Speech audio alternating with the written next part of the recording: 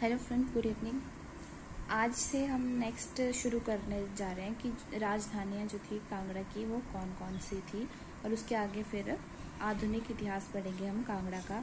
तो लास्ट हमने कल पढ़ा था कि जो सैफ अली खान थे वो मुग़ल टाइम के जो कांगड़ा किले के सबसे अंतिम किलेदार थे, उनका नाम नवाब सैफ अली खान था। ठीक है, अब हम पढ़ेंगे कि राजधानियाँ किस किस के टाइम पे कौन कौन सी थी और कितने समय तक वो रही। ठीक है, तो 1660 से 1697 तक बीजापुर थी, और 1697 से 1748 तक आलमपुर थी, और 1761 से 1824 तक सुजानपुर टीरा थी। ठीक है, ये सारी कांगड़ा रियासत की राजधानियां थी, और ये टाइम दिया हुआ है कि कौन से टाइम में कौन कौन सी थी। ठीक है, तो 1660 से 1824 से पूर्व और बाद में कांगड़ा की राजधानी कांगड़ा शहर थी। ठीक है, यानी 1824 तक जो राजधानी थी कांगड़ा की वो कांगड़ा शहर ही थी, वहीं पर थी। लेकिन 1855 में अंग्रेजों ने धर्मशाला स्थानांतरित कर दी। तो क्वेश्चन ये भी पूछा जा सकता है कि अंग्रेजों द्वारा कांगड़ा की राजधानी को कौन से सन में स्थानांतरित किया गया धर्मशाला, या कहाँ के लिए स्थानांतरित किया गया, या फिर किसने स्थानांतरित किया था। ठीक है, सो अब शुरू करते हैं कांगड़ा का आधुनिक इतिहास। अभय चंद 1747 से 1750 तक था इनका शासनकाल, और इन्होंने क्या किया था, ठाकुर द्वारा और टीरा में एक किले की स्थापना की थी अभय चंद ने। ठीक है, और ये हम मॉडर्न हिस्ट्री पढ़ रहे हैं कांगड़ा की।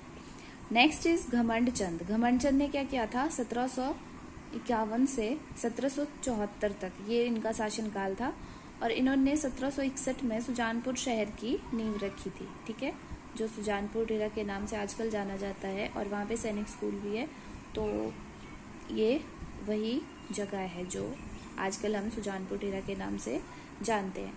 Next point is Ahmad Shah Durrani के आक्रमण मुगलों पर। जो दुर्रानी था उसने मुगलों पर आक्रमण किया था, तो उस आक्रमण का फायदा उठाकर, यानी जो अहमद शाह दुर्रानी था और मुगल थे, उन दोनों में आपस में लड़ाई हो रही थी, तो उन दोनों की लड़ाई का फायदा उठाकर जो कांगड़ा का राजा घमंड चंद था उसने कांगड़ा किला को दोबारा से अपनी रियासत में शामिल कर लिया था, उस पर कब्जा कर लिया था। ठीक है, आगे है घमंड चंद को 1759 में अहमद शाह दुर्रानी ने जालंधर दोआब का निजाम बनाया। ठीक है, तो जो अहमद शाह दुर्रानी था उसने घमंड चंद को जालंधर का निजाम बनाया था। ठीक है, निजाम मतलब कि एक टाइप का एक कुछ डिफाइंड एरिया होता था, उसका राजा बनाया जाता था, उसको उसका केयरटेकर बनाया जाता था। संसार चंद 2।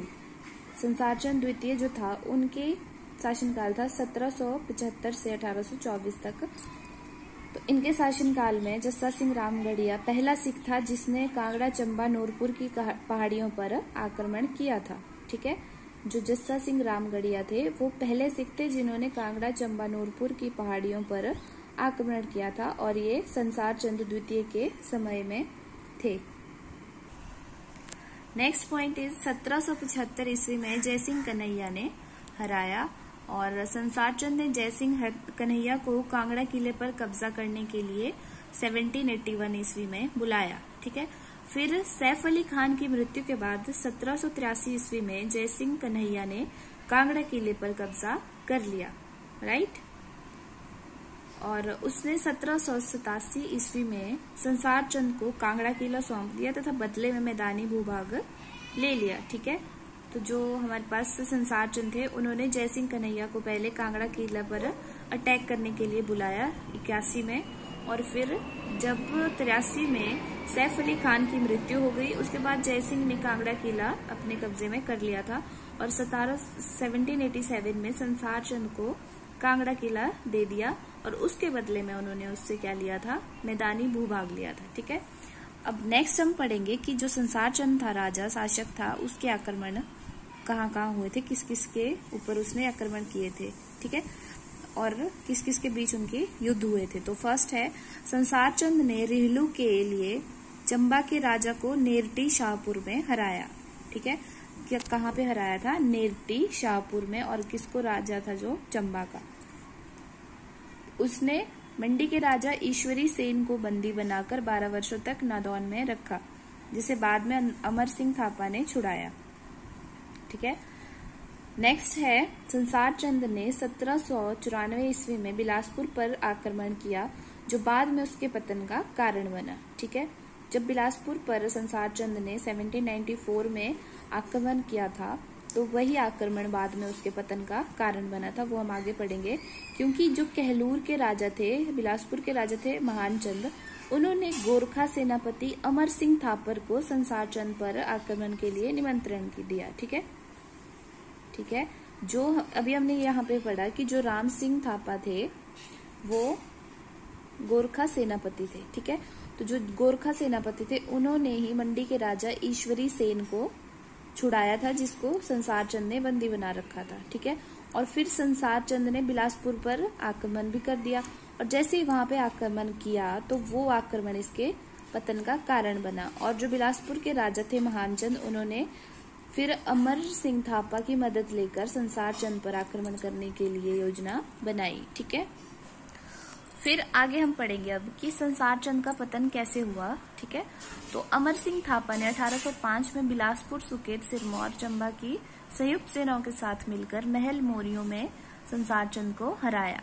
ठीक है, तो ये जो अमर सिंह थापा थे, जो गोरखा सेनापति थे, उन्होंने 1805 में बिलासपुर के जो राजा थे महान चंद, उन्होंने भी इसको बुलाया था अमर सिंह थापा को, और सुकेत के राजा को, मंडी के जो राजा थे वहां के राजा को संसार चंद ने पहले से ही बंदी बना रखा था नादौन में, तो उनका भी रोष था इसके लिए। और सिरमौर और चंबा के साथ, चंबा और सिरमौर के राजाओं के साथ भी संसार चंद का युद्ध हो चुका था। तो इन सब की जो सेनाएं थी उन सब को एकत्र करके अमर सिंह थापा ने 1805 में संसार चंद को हराया था। ठीक है, महल मोरियों में। आगे आता है, संसार चंद ने नौरंग वजीर की मदद से कांगड़ा किले से निकलकर 1809 में महाराजा रंजीत की सहायता से ज्वालामुखी की संधि की। ठीक है, तो जो संसार चंद था उसने क्या किया कि उसका जो वजीर था उसकी मदद से, उनके वजीर का नाम था नौरंग, उसकी मदद से कांगड़ा किले से निकलकर 1809 में रंजीत सिंह की मदद से कौन सी संधि की थी? ज्वालामुखी की संधि। और 1809 में महाराजा रंजीत सिंह ने अमर सिंह को हराया। ठीक है, यानी कि जो रंजीत सिंह थे वो संसार चंद के मित्र बन गए थे, और जो अमर सिंह था उसने तो उसको हरा दिया था, तो वो वैसे ही इसका शत्रु हो गया था। ठीक है, तो 1809 में रंजीत सिंह और अमर सिंह थापा के बीच में युद्ध हुआ था, जिसमें अमर सिंह थापा की हार हुई थी। संसार चंद ने कांगड़ा किला और 66 गांव महाराजा रंजीत सिंह को दे दिए थे। ठीक है, क्योंकि संसार चंद की मदद की थी रंजीत सिंह ने, तो उसी वजह से संसार चंद ने कांगड़ा किला और 66 गांव महाराजा रंजीत सिंह को दे दिए थे। ठीक है, और ये कांगड़ा किला वही है जिसको जीतने के लिए संसार चंद ने बुलाया था दूसरे राजा को। ठीक है, महाराजा रंजीत सिंह ने देसा सिंह मजीठिया को कांगड़ा किले व क्षेत्र का निजाम बनाया। तो फिर जैसे ही संसार चंद ने कांगड़ा किला महाराजा रंजीत सिंह को दे दिया, तो उन्होंने क्या किया कि देसा सिंह मजीठिया था उसको कांगड़ा किले का गवर्नर बना दिया। ठीक है, उस क्षेत्र का गवर्नर बना दिया, जो निजाम होता है उसको, जो हम गवर्नर की तरह समझ सकते हैं। और 1824 में इसकी मृत्यु हो गई थी। आगे है अनिरुद्ध चंद, जो कि संसार चंद का पुत्र था। ठीक है, फिर अनिरुद्ध चंद राजा बना जब संसार चंद का शासनकाल खत्म हो गया। 1824 में जब संसार चंद की मृत्यु हो गई, तो फिर अनिरुद्ध चंद को राजा बनाया गया। और महाराजा रंजीत सिंह ने अनिरुद्ध से अपने प्रधानमंत्री राजा ध्यान सिंह के पुत्र हीरा सिंह के साथ उसकी बहन का हाथ मांगा था। तो जो महाराजा रंजीत सिंह थे उन्होंने अपने मंत्री के बेटे के लिए अनिरुद्ध की बहनों का हाथ मांगा था, लेकिन अनिरुद्ध ने टाल मटोल करके अपनी बहनों की शादी, उनका विवाह टिहरी गढ़वाल के राजा से कर दिया। ठीक है, और स्वयं अंग्रेजों के पास आदिना नगर पहुंच गया। ठीक है, और उसने अपनी बहनों की शादी गढ़वाल में करवा दी। 1833 में रंजीत सिंह ने अनिरुद्ध की मृत्यु के बाद उसके पुत्रों रणवीर चंद व प्रमोद चंद को महल मोरियों में जागीर दी। ठीक है, 1824 में राजा बना था अनिरुद्ध चंद, और 1833 में उसकी मृत्यु हो गई थी। और रणजीत सिंह ने फिर उसके जो आगे 2 पुत्र हुए थे, रणवीर और प्रमोद चंद, उनको महल मोरियों में कुछ जमीन दे दी थी, थोड़ी जागीर दे दी थी। और 1840 में कांगड़ा पूर्ण रूप से ब्रिटिश प्रभुत्व में आ गया था। ठीक है, so this is all for today, thank you so much.